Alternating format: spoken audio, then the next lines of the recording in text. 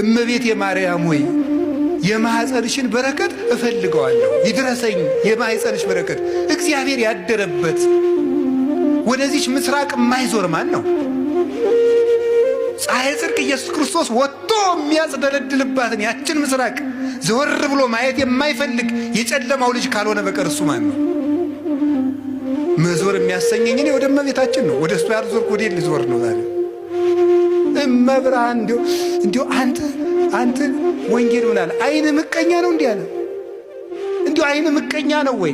ልጇ ብርሃን ከሆነ እናቱ ደግሞ ማለት እናት ነው።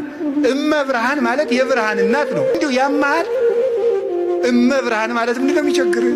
ልጇ ብርሃን ነኝ አለ። እንደወለደችው ደግሞ ነገረው ያው ወንጌል። እንዴት እመብርሃን አትላትም? ምቀኝነት እኮ ነው። እንዲሁ በማይደረስበት ይቀናል እንዴ? ትባሸቃላችሁ እንዴ? ጠላት ከፈለጋችሁ ሰይጣን